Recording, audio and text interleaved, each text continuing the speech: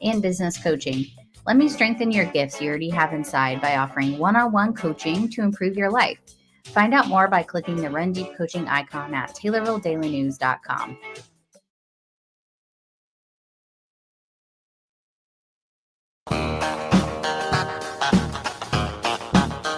Welcome to another segment of the WTIM Morning Show, video streamed on the TaylorvilleDailyNews.com Facebook page and the WTIM TV channel on YouTube. Our video stream co-sponsored by Landmark of Taylorville, where you always do better at Landmark and People's Bank and Trust, where they put people first. On the phone with us this morning is Taylorville Memorial Hospital CEO Kim Bourne. Kim, good morning. And I was really hoping we wouldn't have to use the C word in a conversation, but it just keeps coming.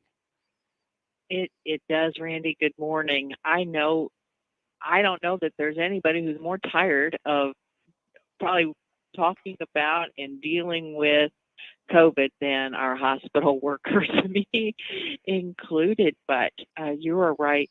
We are in a worse surge now here locally and across central Illinois. It is worse than we have seen at any time in the last 2 years. And I think that kind of surprises people, but it truly is. And hopeful to try to get the message out to people of really what the situation is. I think people have heard some rumors here locally.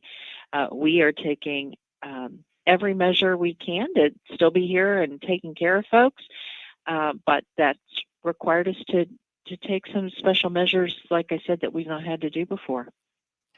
Well, and let's talk about those special measures because I know you and everyone at TMH is just tired because of the hours and hours and hours of care that you've provided not only COVID patients, but everybody else that has not had COVID that's gone through your hospital and emergency room. What new steps are you taking right now? I think one thing that people have heard about is that we have canceled for now, all of our surgeries here at Taylorville, and we've done that across some of our other hospitals in our system too. And we've done that. We started last week, end of last week. All of our surgeries are canceled this week that we're in right now. We are evaluating the weeks going forward. And people ask, well, why are you doing that? Well, one very, very important reason is because we need to use every nurse, every nursing tech, every nurse manager that we have to take care of our acutely ill patients. And so it gives us the flexibility to then reassign all those surgery nurses, the CRNAs, the nurse manager, to be hands-on taking care of patients who are in the hospital. So it's mainly for staffing. And our staff have just done a tremendous job of filling in and doing whatever they can to be that hands-on bedside nurse for our patients. We are also here in such a situation of need to take care of patients who need hospitalization that we're using part of our hospital department, the actual physical rooms in the anesthesia recovery area, like where you wake up after your procedure. We're using that to house patients who need hospital beds also. So we've created an overflow unit for our sickest patients to be down there and being kind of created a second nursing unit. How many additional beds does that give you, Kim? Well, we have had as many as 5 patients down there so far. We could go, it's really more driven on how many staff we have than how many physical beds. We could actually have a few more patients down there, physically could be located down there, but it's all about staffing right now. But we haven't really had much of a choice. They're just hospitals across central Illinois, and it goes beyond that, are all reporting what's called peak census of saying, there's no room at the inn. And we're all holding patients in our emergency departments, opening up like these extra temporary areas. to hold patients and to monitor them closely. We are in the situation that we all wanted to avoid 2 years ago, of getting close to overwhelming hospitals. That is just amazing, and amazing in a bad way. I'm going to rewind the clock here. We're talking with Taylorville Memorial Hospital CEO Kim Bourne, and I believe it was March 1st, 2020. I was in your hospital doing a live broadcast of the grand opening of the brand new building at Taylorville Memorial Hospital, and you had such an orderly day that day, and several hundred people came through the hospital, and then you moved patients in a very orderly fashion from the old hospital to the new, and I think it was around March 11th, something like that.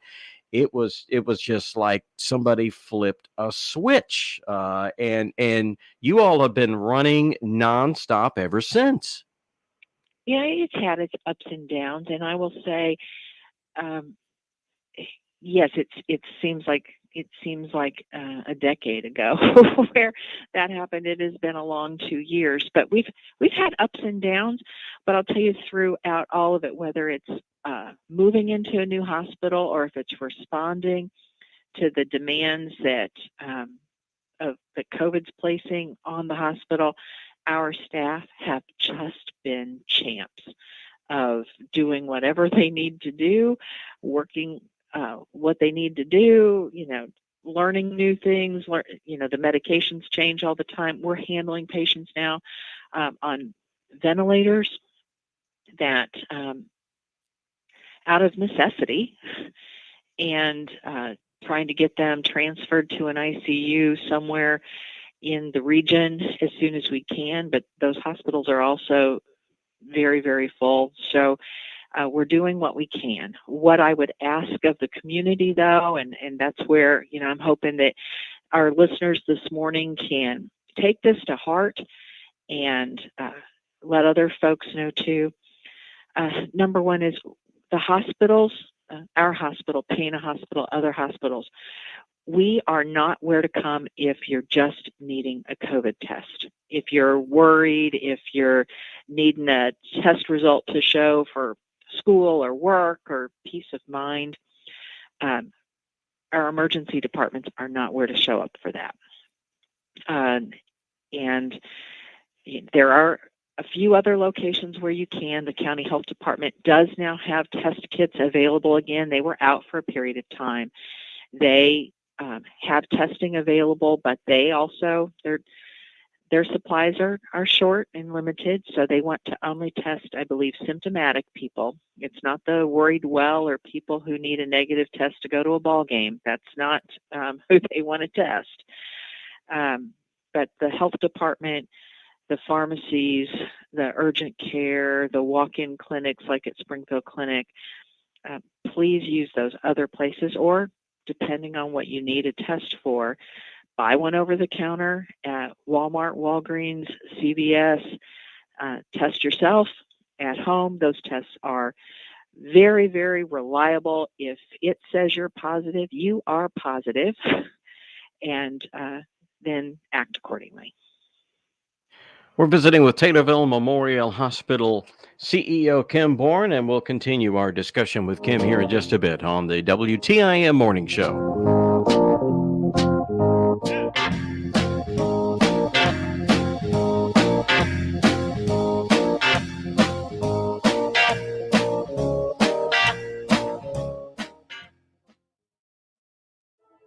At Golden Harvest, our best skill is knowing how to listen. From our Gold Series soybean and game-changing corn portfolios to our expert insights housed in the Illuminate digital agronomy platform, everything we offer is an answer to what we've heard from you. This is how we listen. Copyright 2021 Syngenta. The trademarks or service marks used herein are the property of a Syngenta Group company. All other trademarks are the property of their respective owners. This is a station editorial. I'm Randall J. Miller, station president. These days, we're hearing a lot about what's called the cancel culture. After doing some reading on this phenomenon, I learned that its basic belief is when we attribute goodness and permissible behavior to ourselves, while at the same time attributing badness and poor behavior to someone else. An online article from the Denver Catholic website says those being canceled fall into one of three categories. First, there are the people who behave in a bad way or hold a reprehensible belief, but these things are generally unknown. When they become known, the person is canceled. Second, you have people who have something from their past that surface, which reflects poorly upon them. The difference between them and the first group is that the thing from their past is no longer who they are. Nevertheless, they get canceled. Finally, there are people who live out traditional values and or hold opinions which have become unacceptable by a segment of the population. These people have not been exposed, nor are they living differently than in the past. They've just wandered into a part of our society where they are not welcome. According to this Denver Catholic article, the principal error of cancel culture is that it lacks mercy. No apology is good enough for those who are offended. So how are we to react to those who are applying the cancel culture to their relationship with us? By holding firm to our beliefs, not to be belligerent or intolerant, leading our lives in a way that our life and faith is compelling, not obnoxious. And while none of us, myself included, should ever be judgmental, we must show love and understanding to respect others. One of the first verses I ever learned in Sunday school was, quote, to do unto others as you would have them do unto you, unquote. That's our opinion. We welcome yours. Our email address is editorial@randyradio.com. That's editorial@randyradio.com. Westervelt Mutual Insurance offers a quality home insurance product that can't be beat and provides us with the peace of mind we need. Find an agent near you by clicking on their icon at TaylorvilleDailyNews.com.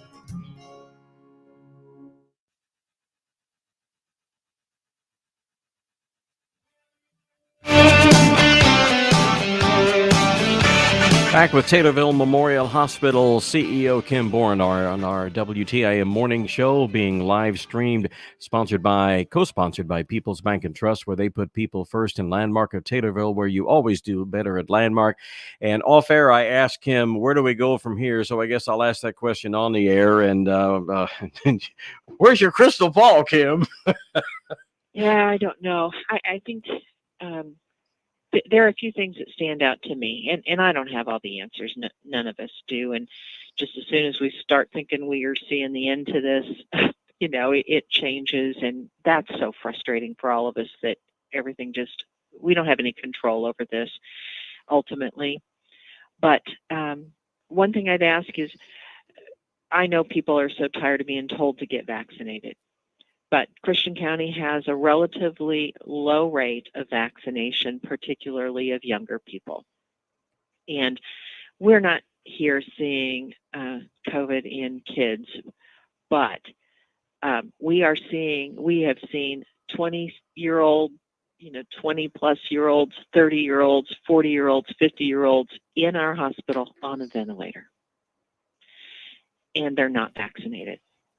It is striking the difference between the people who end up on a ventilator 10 or 20 days after their symptoms started. None of them here have been vaccinated. None. That is striking to me. I have had both vaccines. I've had a booster. And I have also had a sore throat and a runny nose, and so I went and got tested, and I was COVID positive. I had cold symptoms for 3 or 4 days. I isolated. I stayed away from work and people so I wouldn't spread it, and I am thankful that I believe the booster helped me from getting a more severe case. I don't believe the vaccines or the boosters, obviously, people may still get it. They probably will still get it, but hopefully they'll get a mild case and they won't require hospitalization. They won't require a ventilator, or they won't require, even worse, us having to try to figure out which patient gets the ventilator because there's not enough hospital beds or ventilators to go around. That's really the situation that we're getting close to here. And I never thought that we'd get there. We were trying to avoid this early on. And it's right around the corner, I'm afraid. Hopefully it'll start getting better. people need to take it seriously. It is real. Kim, has CDC or IDPH or any agency given any guidance on when this might, and I'm going to use the word might instead of will, but might peak to where you guys get some relief?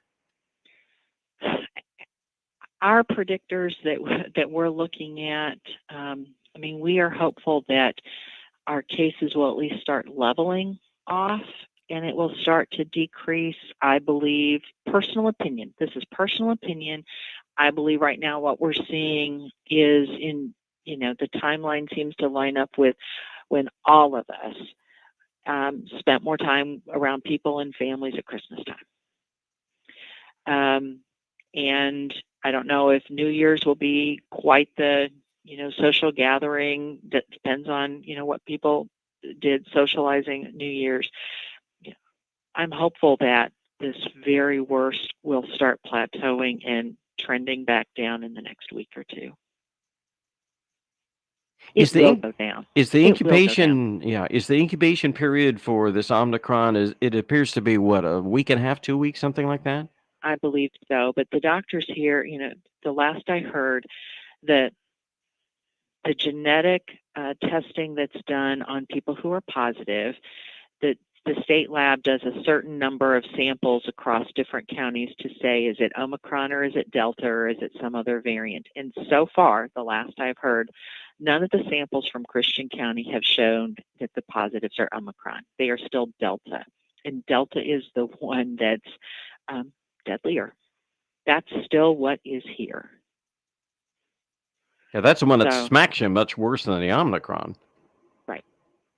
And so, I'm no doctor. I'm no virologist, but doctors that I have great respect for here locally have said, viruses, as they mutate, they typically get weaker. So with time, we're hopeful this virus also will get weaker. It may mean that we need to develop new drugs to respond to it because it's changed enough that the drug has to find its sweet spot of how to work on it. But we can only hope that the virus will mutate to weaker forms and people will get some natural immunity on top of vaccination immunity. And this will end up being just like we treat the seasonal cold viruses that go around every year. Visiting with Taylorville Memorial Hospital CEO Kim Bourne. Kim, just a couple of minutes left on the program, and if you would hit like 3 bullet points that you want the community in the last couple of minutes that we have together, what are the 3 bullet points that you would ask the community to do here in the coming days? First is, please do not use hospital emergency rooms as a place to get a test if you've got only mild symptoms or you need a return to work or return to school test. We are not the place to go for COVID testing. But if you have a health emergency or you have really severe symptoms like you can't catch your breath, please go to the emergency department. If you've got symptoms that seem like a mild cold or a head cold, tell yourself, you probably have COVID, and then respond accordingly. Stay away from people. Wash your hands. If it lasts for 3 or 4 days, go get a home test and test yourself and see if it's COVID or not, and then respond accordingly. Good advice, and I know you and all of your healthcare professionals at TMH have just gone through the ringer times too, and we applaud both you and all of your healthcare professionals at Taylorville Memorial Hospital for the care that you're giving this community. And believe me, on behalf of this 66-year-old guy, it is appreciated. Well, thank you. And I would just say, and it's not just Taylorville Memorial, it's Pana Community Hospital, it's Shelbyville Hospital, it's all hospitals. It's all hospitals. Just really have risen to the challenge. Yeah, absolutely. Kim Bourne, thanks so much for taking time for us this morning. Bye-bye. Thanks a lot, Randy. Bye-bye. That's Kim Bourne, who is CEO of Taylorville Memorial Hospital, on this segment of the WTIM Morning Show. Our live stream co-sponsored by People's Bank and Trust, where they put people first, and Landmark of Taylorville, where you always do better. Landmark.